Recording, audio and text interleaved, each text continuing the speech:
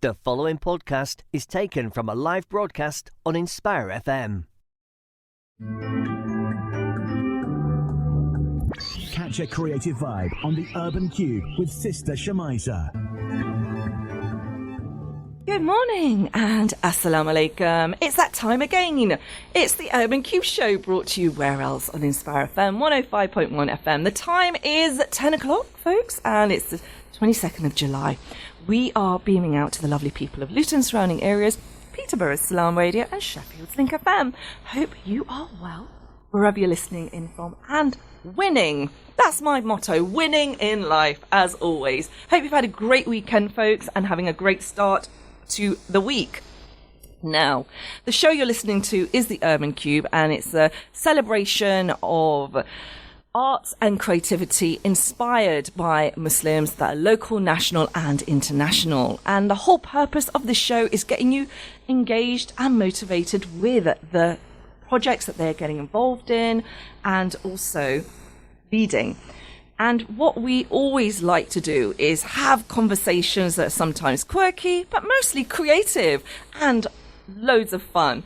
Today's show, no exception. I'm joined by an absolutely wonderful guest who's actually local to us. She's local to us in Luton. She's a real trailblazer, a voice that has been connected with Inspire FM when it used to be Radio Ramadan. She began her radio career at the age of 9, believe it or not. And it's an absolute treat to have her here on the show this morning.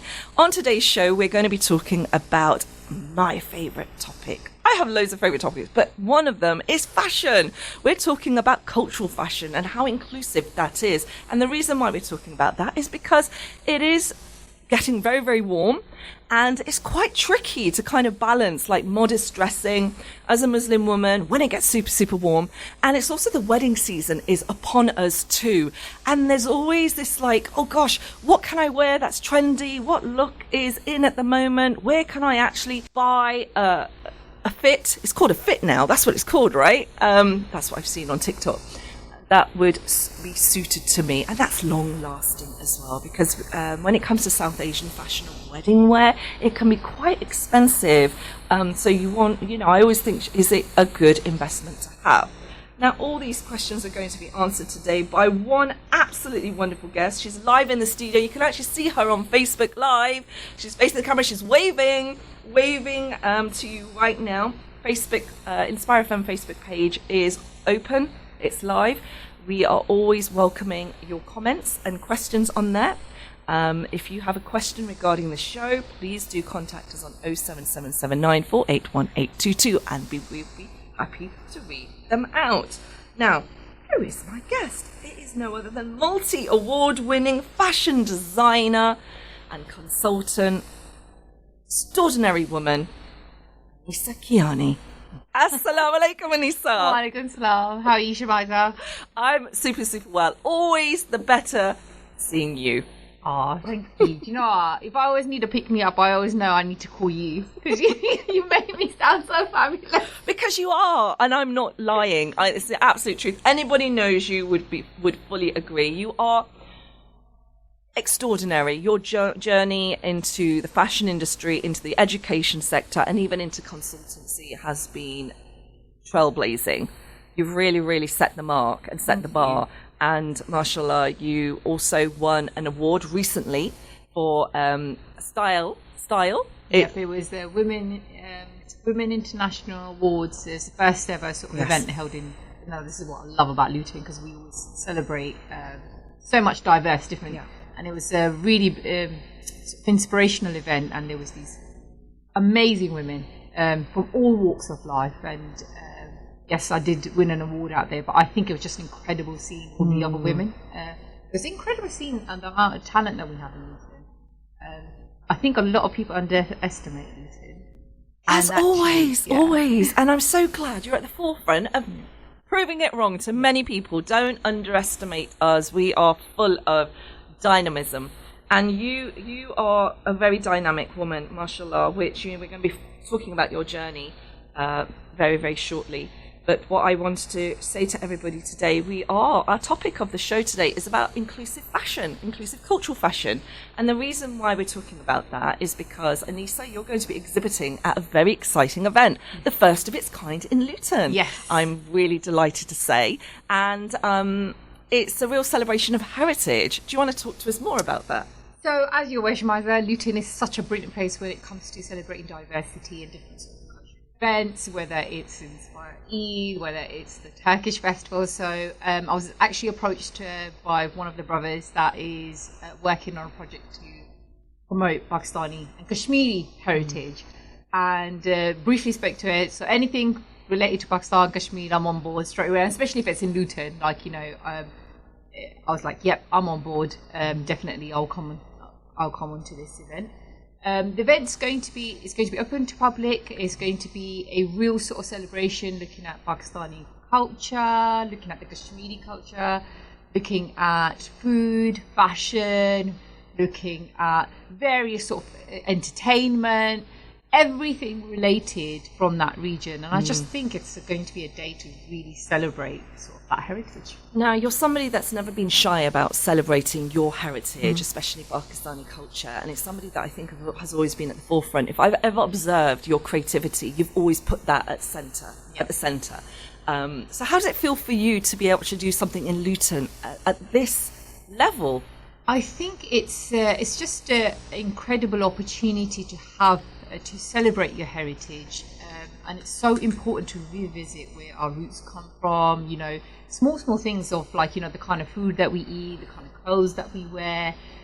These are things to be celebrated. These are things to be something that we should really own. I think over the years there's been a lot of focus on about focusing on being inclusive, and by becoming inclusive, we have to sort of educate people about in terms of who we are, where we come from, why we dress in a certain way, why there's so much beautiful stuff within our culture that is there to celebrate. And also what it does, it sort of beats that narrative where where we've got a lot of non-Pakistani people that makes judgments based on stereotypes that are heavily sort of I think in the forefront in the Western media, because they just completely have not understood our culture, or not understood in terms of the beautiful side of it. So this gives us an opportunity to say, hey, hang on, come and look at our culture, look at all the positive side to it, look at our food, look at the way we dress, look at our community, look at all that sort of beautiful side of our culture, which we don't get much representation for. Like you said, the media projects a different scenario, and that is then influencing the way people perceive Pakistan and their understanding of Kashmir. But have you noticed the number of social media influencers who are not Pakistani who are making trips to Pakistan? What's going on? I think this started quite heavily during Imran Khan's tenure, because his whole sort of ethos his whole sort of party was driven on social media. He's a very big advocate of social media, and I think that's what's changed actually in the world as well. Nobody relies on legacy media anymore. What does that mean? So legacy media would be you're looking at your TV channel, or looking at what's in print, and you have to understand that traditional media. It's very heavily edited, or it's very descriptive, or they have like a narrative they want to build. What social media has done is it's broken that that no longer are governments or companies or whoever these institutional establishments are can set a narrative, because there's social media that is so influential and it's so accessible.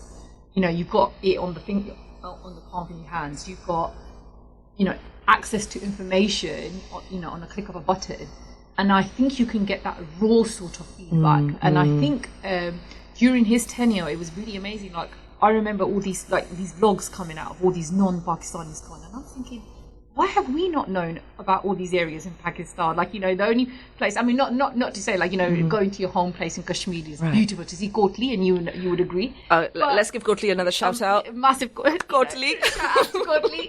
But, there's Hunza, and there's like Skodia, and you're looking at all of this, and you're like, I remember looking at my dad saying, Why have you never spoken about any this side of Pakistan? Because we went to Murray Yeah. and back, or there was Tatabani and Bindi. Bindi, and that's it. Yeah. For traditional Kashmiri families, those were the very popular places.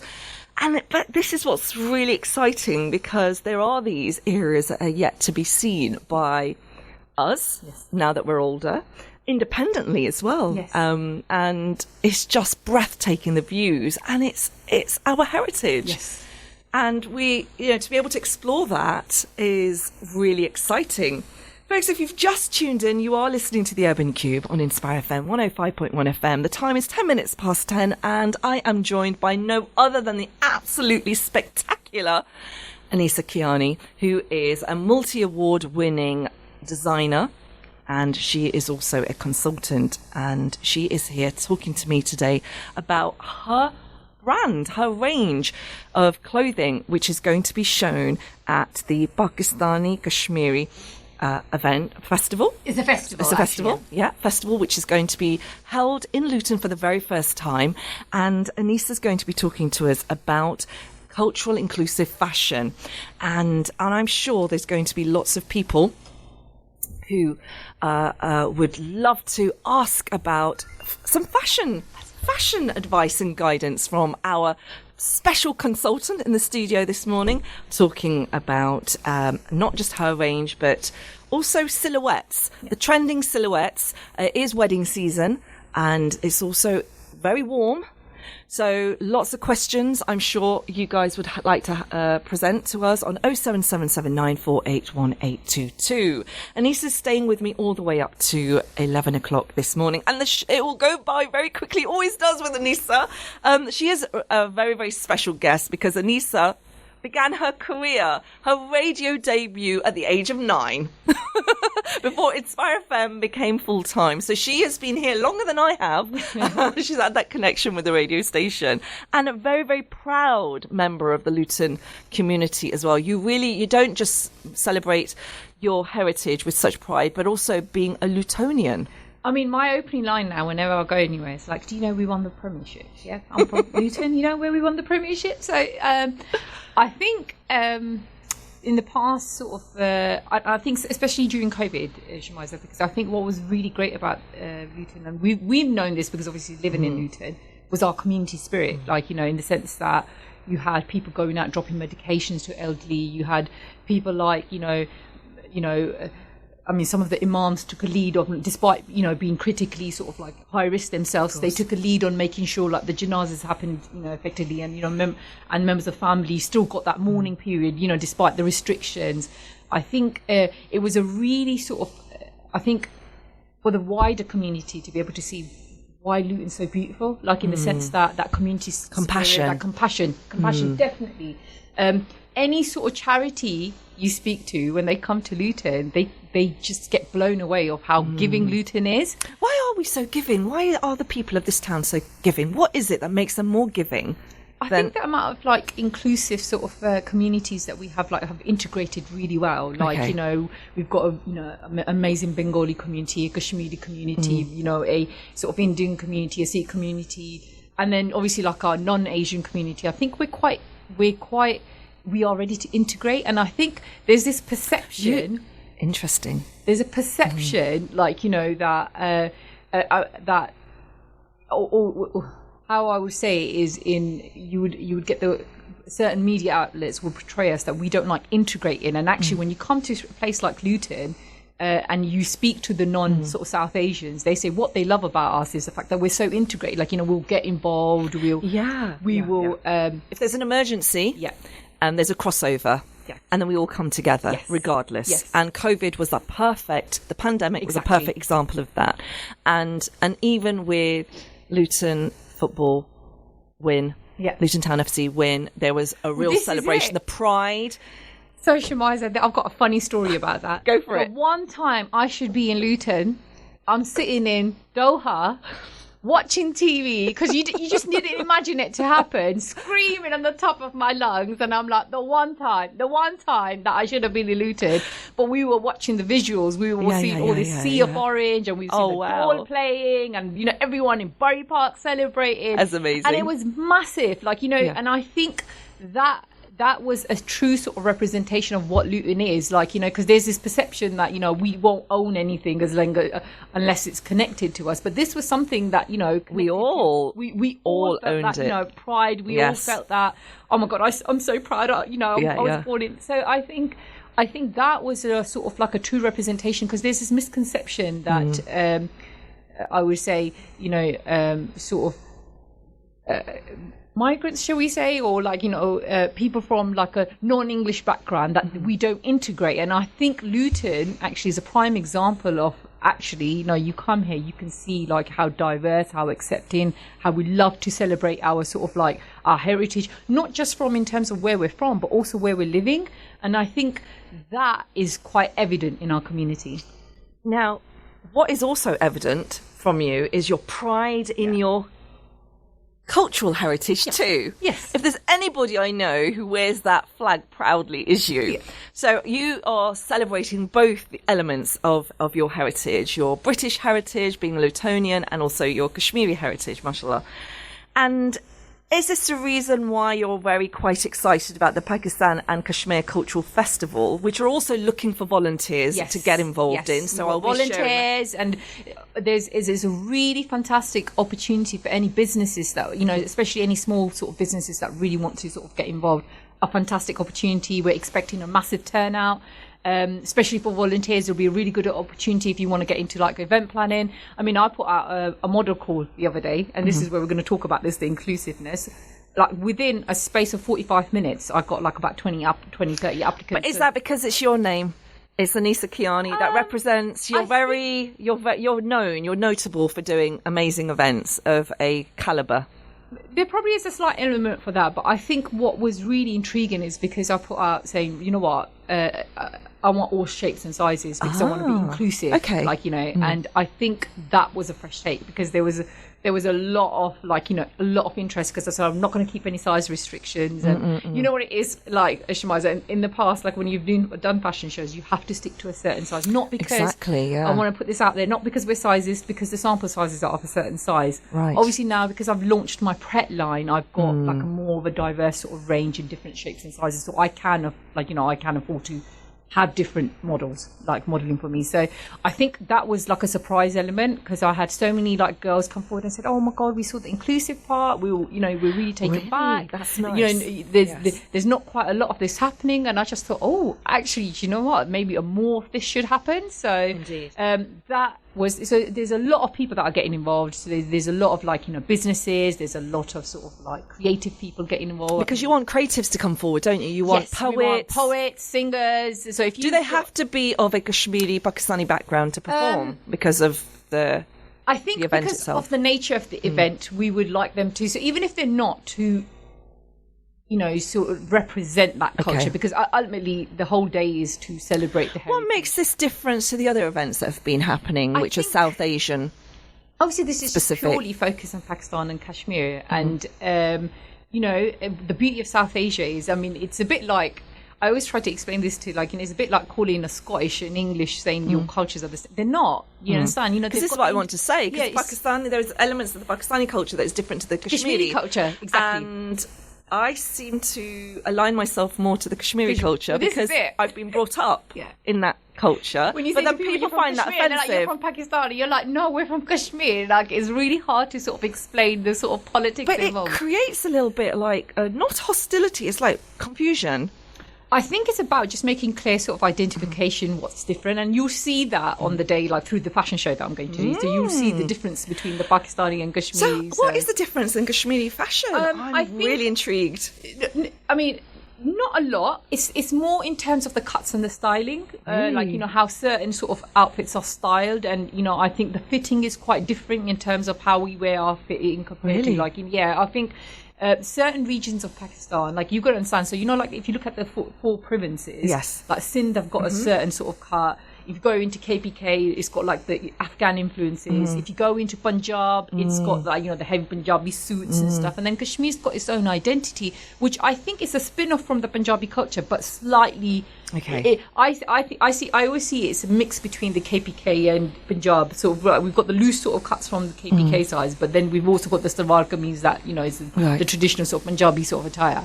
So it's quite interesting to see how over the years the sort of the garment has evolved within the South Asian It's region. Fusion. There's a lot of fusion elements. There's that certain sense of identity as well. Like, if I look back at photographs of my mum when she was like back in the 60s and stuff, they wore like, I think because obviously being in Kashmir is a lot more colder and stuff, they're more practical clothes. So they had like clothes with like pockets and stuff. And like, Oh my gosh, pockets in Shemiza. Yeah. That is just the ultimate. I love a pocket. Yes. I really, really like pockets. So I think there's sort of like, but different, sort of different regions within Pakistan. There's actually this fantastic book. I'm going to forward it to you. This guy, he's actually in Kashmiri. I think his name's Arsalan something. He's a Kashmiri-based artist. Okay. And he created this book of like, almost like the Disney version, but the South Asian Disney version of all the historical garments of all of South Asia. Wow. It sold out within minutes because people are so intrigued, like, okay, what was the garment in Kashmir? Okay, what was the garment in such and such place? And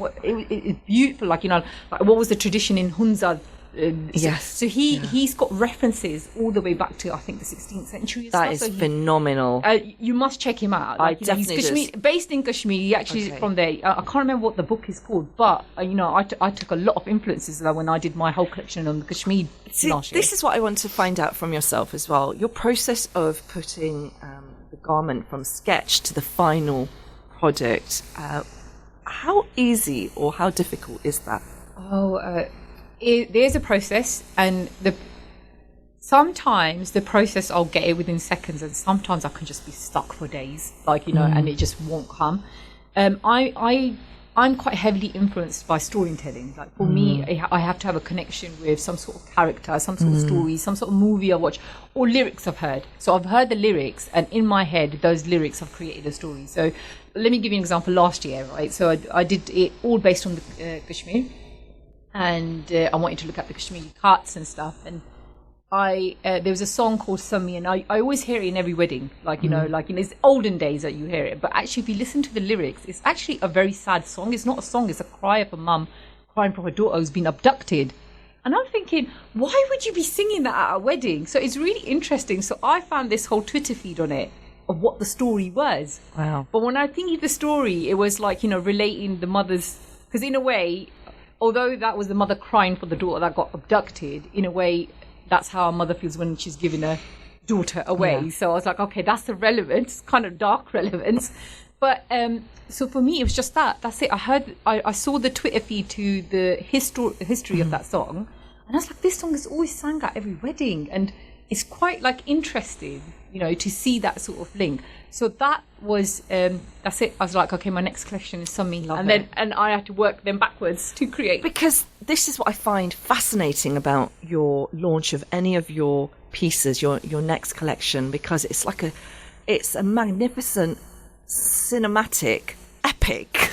The way the model has been styled, the cinematography, the angles of the video, the music aligning with that, and just the mood that you create. You have the skill of being a film director. Thank you, Shemiza. It's not just me, it takes a whole village to put it together. So obviously I will come with a concept. I've been quite blessed. I come across really creative people. So the cinematographers, the photographers, the makeup artists, and even the models, because they have the hardest job. Like, I feel, it takes a whole village to put that one concept together, and it only works if you've got like-minded people. And I've been really fortunate, alhamdulillah, like so far, whatever project I've worked on has been a success because of the people that I've worked with. Right. And I don't think it's just my effort. I mean, I will probably come with a concept, so I might have like the idea, but to bring that idea, to conceptualize it, you have a whole team, whether it's a makeup artist or the cinematographer, various sort of personalities that help me bring that vision. That's amazing, and it's a real celebration of creativity and talent. Today's show, folks, I am joined by no other than the absolutely wonderful Aneesa Kiani. She's a multi-award winning designer. She has her own clothing brand. She's also a consultant, and she is here today talking about the Pakistan and Kashmir Culture Festival. And they are looking out for volunteers to join them on this wonderful event, which is happening in August. And we'll find out more about that. Aneesa is going to stay with us till the end of the show. We are going to be heading to a break very, very shortly.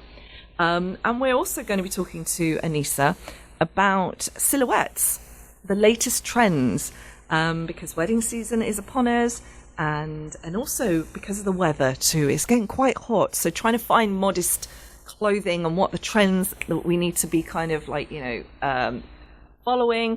I'm super intrigued to find out. And we're going to be talking about mangoes, because it's actually National Mango Day today. So I'm wondering if the Pakistan Kashmir Culture Festival will be actually exhibiting mangoes. I think we are going to have a section that's really going to be mangoes. That's amazing. That is like what I want to hear. Folks, heading to a break. If you've got any questions, guys, how's your experience in actually getting some mangoes this season? Last season it was so difficult. It was really, really quite expensive as well. We're on 07779 481822. Send us a message, send Aneesa a shout out, and we'll be talking to her straight after the break. So don't go away. Maybe grab yourself a mango and listen to me straight after this. Assalamu alaikum. Assalamu alaikum. This is Atif Nawaz. Listen to Inspire FM shows in your time by heading over to inspirefm.org or listen on Apple Podcasts or Spotify. Catch a creative vibe on the Urban Cube with Sister Shemiza. Good morning, and a very good morning. I've said that 3 times, so I hope it's resonated, folks. It is 10:30, and you're listening to me, Shemiza, taking you all the way up to 11 o'clock on Where Else? It's the Urban Cube Show, brought to you on Inspire FM 105.1 FM. We're going live and direct to our lovely listeners in Luton surrounding areas, Peterborough's Salam Radio and Sheffield's Link FM. Hope you are well and winning, folks, wherever you're listening in from. Now, I know that Aneesa's family are listening in. She's my guest because they keep screenshotting her from Facebook Live. Yeah. Aneesa is in the studio with me live this morning.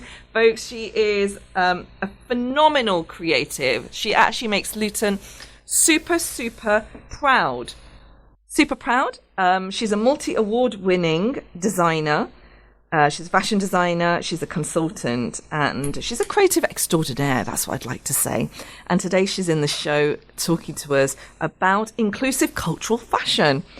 And the reason why we're talking about inclusive cultural fashion is because Aneesa will be exhibiting her absolutely wonderful range at the Pakistan and Kashmir Culture Festival, which is happening in August. And they're actually looking for volunteers to participate in all capacities. So if you're somebody that would like to volunteer in this really wonderful event, you need to contact info@nextgenerationscheme.co.uk.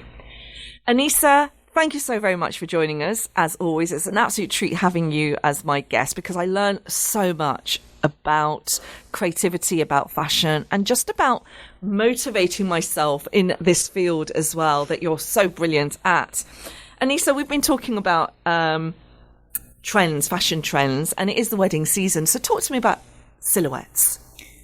If you remember when I've come on this show previously, I've always said when it comes to cuts and stuff or silhouettes, it really depends on a body shape. Like, I can't say to you, this is what's in trend.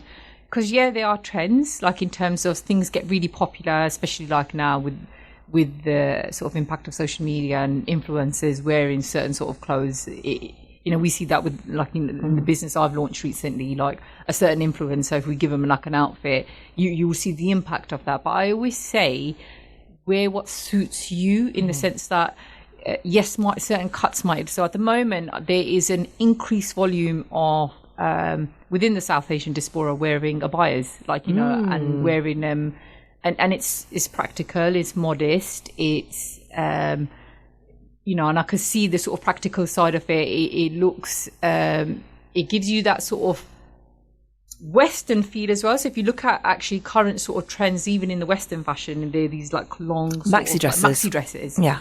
So if I was to say what's in trend, that's what's in trend. But equally, I would say wear what suits you. And what I mean by that is you would know in terms of certain cuts that would enhance and look better on you. Right.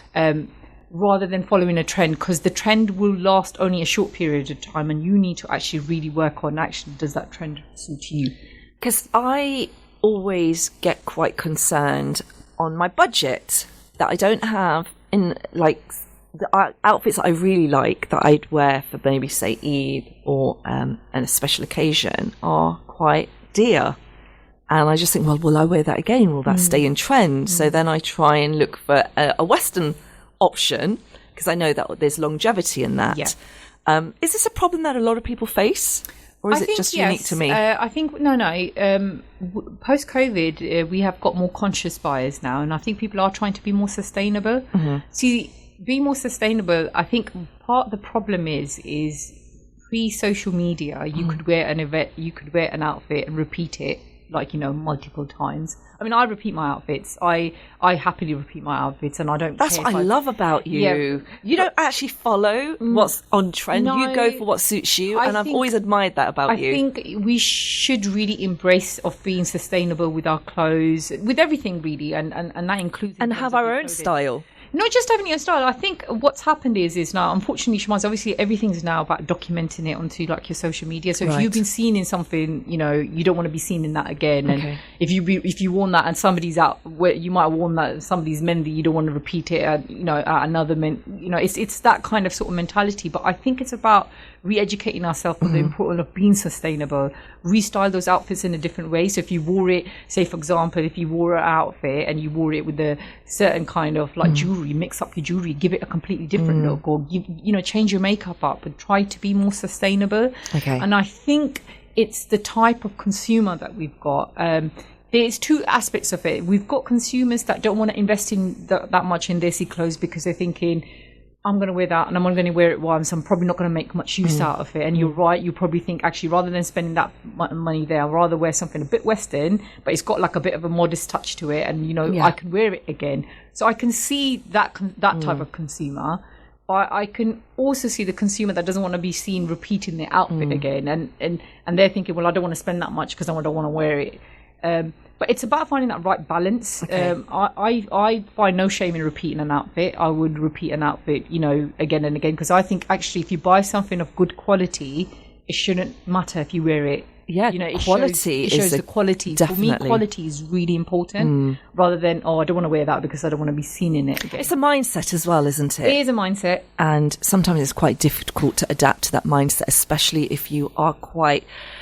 if you're drowning in social media influencers the other thing is, and trendsetters. You've got people complaining about like the price points and being dear, but then equally, then how can you...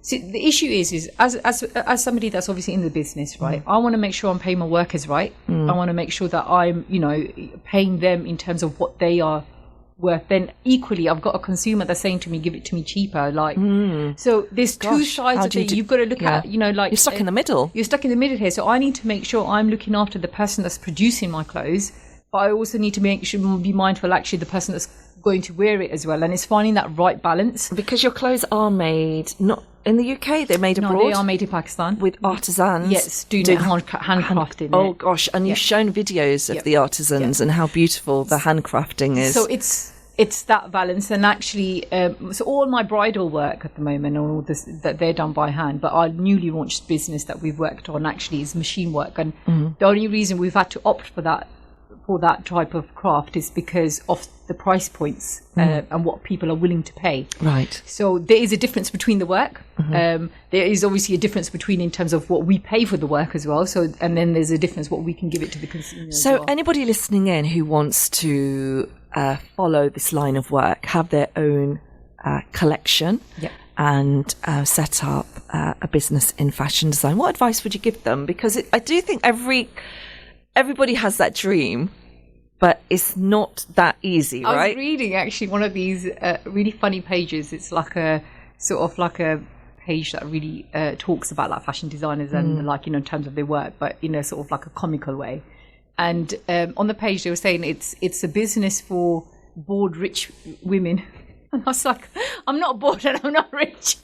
And actually, that's I understand in terms of where they were coming from, because you do need a lot of investment. Yes.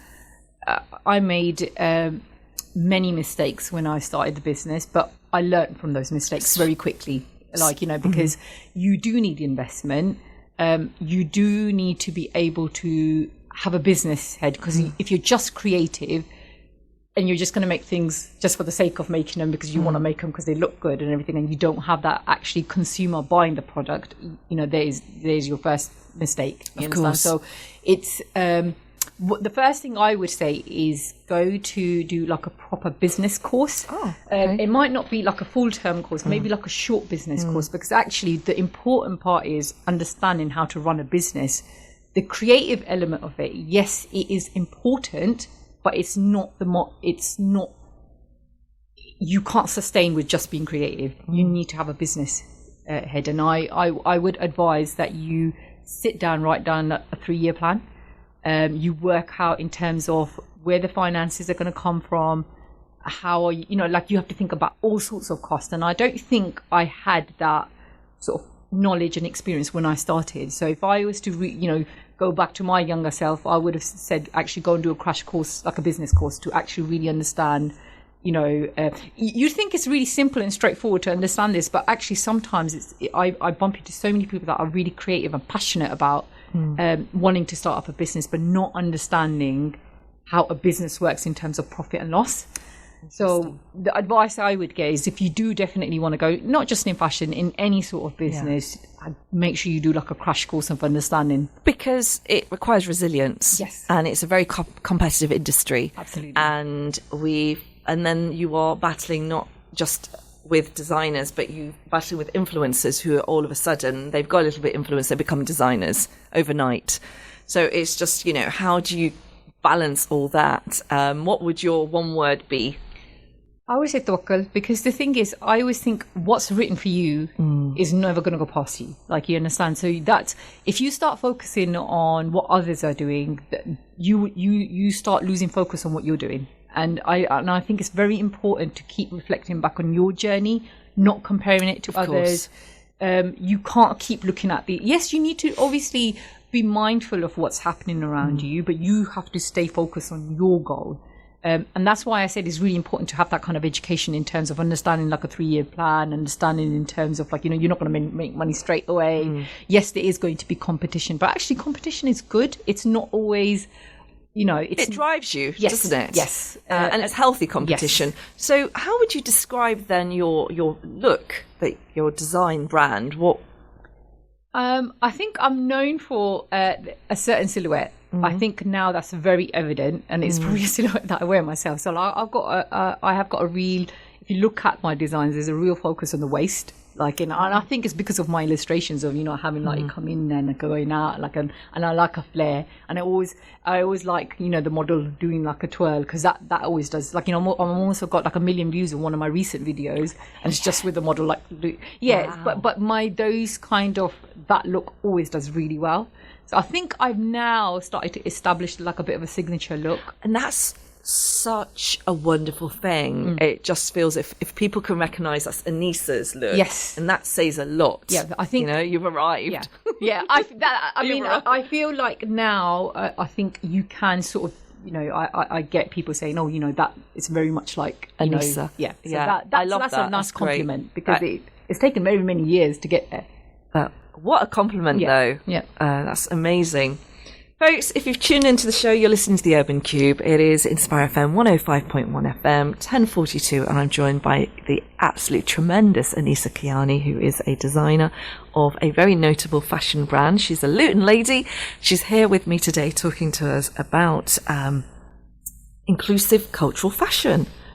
She'll be exhibiting her range at the Pakistan and Kashmir Culture Festival. And she is talking to me today about that. And how can people get in touch, Aneesa? with this really So for the exciting event. And when is the event? Okay, so the event is on the 10th of August. So it's on the weekend before Pakistan International, what is it? Pakistan Day on the 14th, isn't it? Normally? Independence Day. Independence Day. Yeah. That's it. I was calling it International Day. It's Independence Day. So yeah, it's on the weekend before. It's on Saturday. It's in Walden Park. It's a free event, but you do have to register the tickets, just so we know in terms of crowd control. There's opportunities for volunteers, there's opportunities for any sort of creative people that want to get involved to sort of like get exposure, especially if you're from that diaspora. There's also opportunities for any businesses that think that actually this is a really good opportunity for us to be able to showcase our Pakistani or Kashmiri product or service. Fantastic. Now, you can get in touch by either contacting on info@nextgenerationscheme.co.uk or give them a call on 07594 107633. And there's also a form that is available too, or just contact Inspire FM because we're supporting the event too. Yes. I wanted to ask about the organisers of this event. Who are they? So Brother Tariq, if you listen to him on, I think it's a morning radio he does. Rise and Shine. He's one of the sort of main sort of leads that's leading on it. I think there's Luton Food Bank. I think Salma from Luton Food Bank, she's on there. I think there's Lobia for Empowering Education. Right. And then Luton Rising. So there's quite a few sort of organisations, Luton related, of course, that are supporting this event, which is, again, really nice. And I think Next Generation, that's what they've called themselves. Yes. Next Generation Scheme. So I'm not entirely sure of everybody's name, but they're the ones that I recognise from.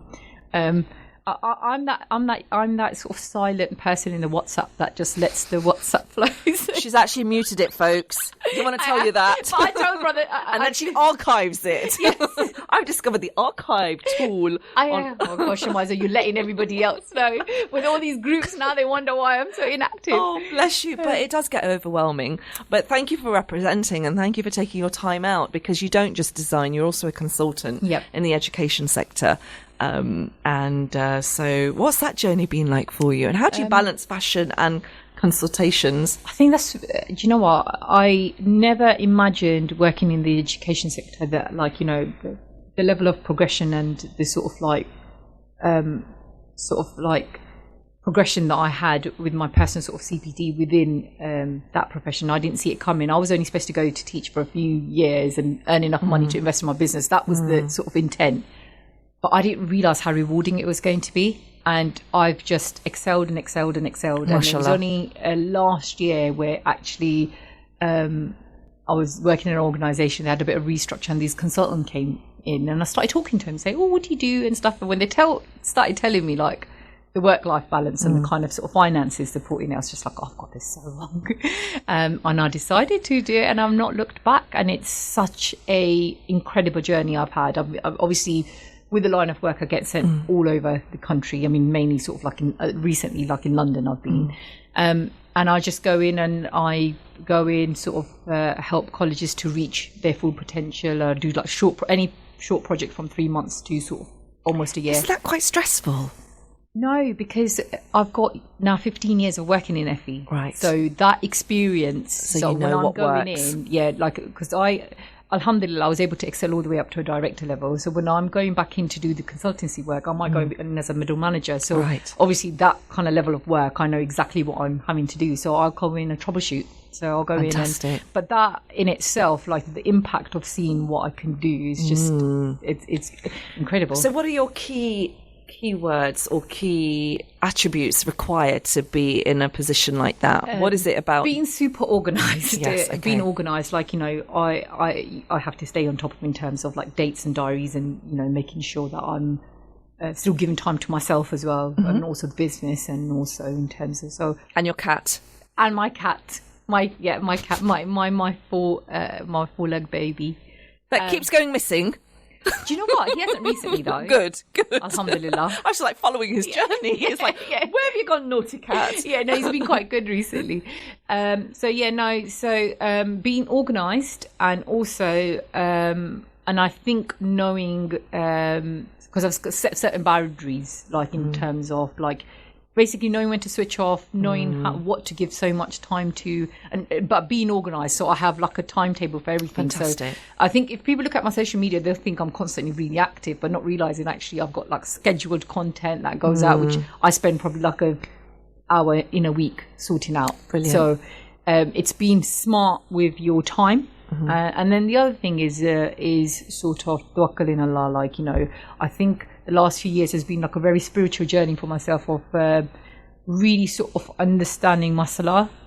That's really helped me, because I think that really grounds you.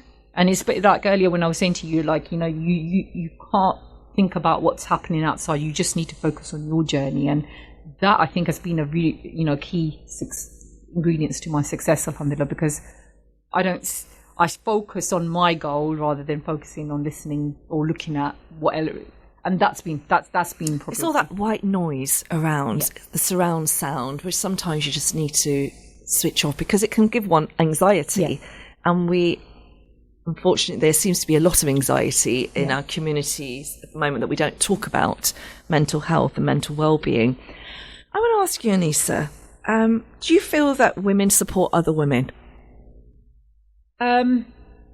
I would like to see. Obviously, I'm part of an organisation which is all about empowering women. Yeah. But, I think more needs to happen, though. I think we have started those conversations. I don't think enough of it happens. I think there is like pockets of good work that women are doing, and like supporting each other, connecting with each other. Equally, I still don't think that it's enough.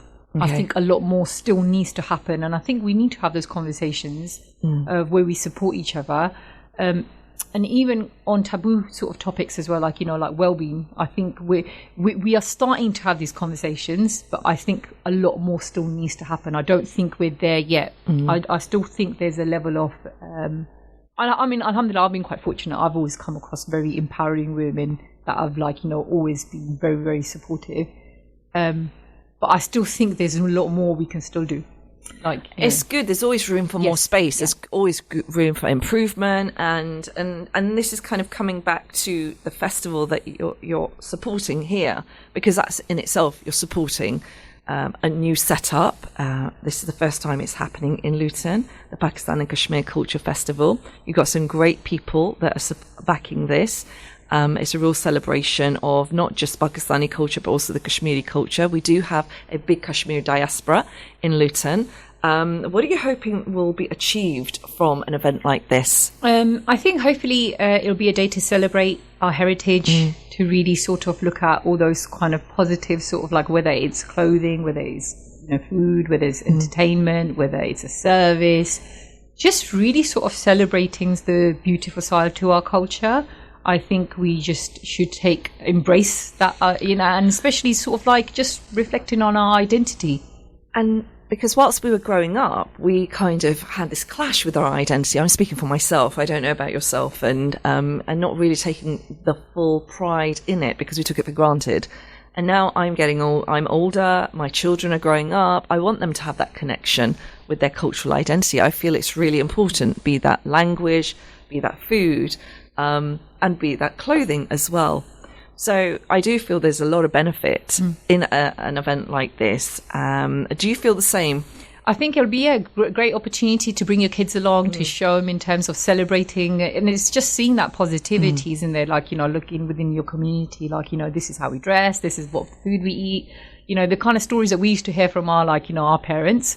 It'll be nice to pass that on to the next generation. And, you say that we might feel like there's a slight disconnect with Generation Z, but actually they probably connect more because obviously they're looking into social media and they've got access now, don't they? So it'll be great for them. Like most education establishments now have a culture day. Yes. Oh my goodness, my children really took pride in going, but they were in abayas and thawbs and rather than shalwar and kameez. But it's how you identify yourself. So there's a way of obviously identifying yourself as a culture, like, we're Pakistani, we're Kashmiri, or, or either kids today, they find the identification as, just being like in terms of a Muslim. And, like it's how you want to sort of, which way you want to be represented. And either way, I think is beautiful as long as, like, you have that. It made me proud. Yeah. It made me really happy that they went with such confidence. Yeah. It did. It really did. Something that has always made me happy in the summer season is mangoes, which has a real cultural connection.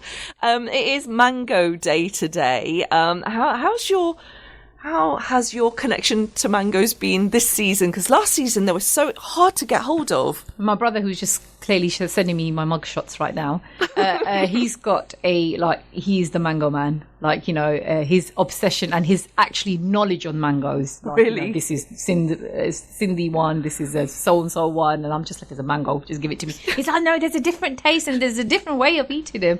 I think, when you think of Pakistan, top 5 things, I think mangoes would be one of the top 5, I would say. I probably have a bit of a controversy, but you do. It's like mangoes. Yeah. I can say the best mangoes are from Pakistan. Yeah, that's not me being like patriotic. That you're not patriotic at all. That's just being that's just raising some facts. So, I mean, how has people's experience of getting hold of a reasonably priced tray of mangoes been? People, because I've just seen extortionate pricing. Set the pricing last year, so now people are just gonna have to accept that level of. But it is such a fruit. I always wonder, why is it not the fruit of heaven? Because they say usually pomegranate is, and you'd expect mango to be, wouldn't you? Well, they were cultivated in India 5,000 years ago, and then they travelled to Southeast Asia between the 5th and the 4th century BC. In the 10th century AD, the cultivation began in East Africa, and the paisley pattern developed in India, and this is where it's actually. I didn't realise that. So the paisley pattern's from a mango. So, I use a lot of paisley in my... So, see, all this time I've been representing mangoes and I didn't even know. I learned something today, Shemiza. It is the national fruit of India, Pakistan and the Philippines, whilst also being the national tree of Bangladesh. And the mango is cultivated in the most frost-free tropical climates, which, with almost half the world's mango supply harvested in India, the second largest source, guess where from? China. Right. Wow. There's an international mango festival held in Delhi. And wow. Here you have it. Lots of facts about mangoes. It is the end of the show. Thank you so very much, Aneesa, for joining me. I got a treat, folks. Aneesa bought me a lovely gift from a collection, which I'm going to wear with pride. And it's in green and it's beautiful. I'm really humbled. Thank you. Always a treat having you. Good luck with the Pakistan and Kashmir Culture Festival. Folks, do get in touch with Aneesa Kiani. What's your Instagram handle? Yeah, so if you go into my Instagram handle, it's just literally my name, Aneesa Kiani, but there's a post there that has the details for the organisers. Because I'm not one of the organisers. I'm just going to be managing the fashion show. Fantastic. The actual event is managed by a group of amazing people. Fantastic. Thank you, Aneesa, for joining us. It is the end of the show, folks. Do make sure you get down to the event. And from me, joining you next week. Assalamu alaikum. Thank you for listening to our podcast. Why not tune in to our live stream at inspirefm.org and follow and subscribe to our social media platforms at InspireFM Luton.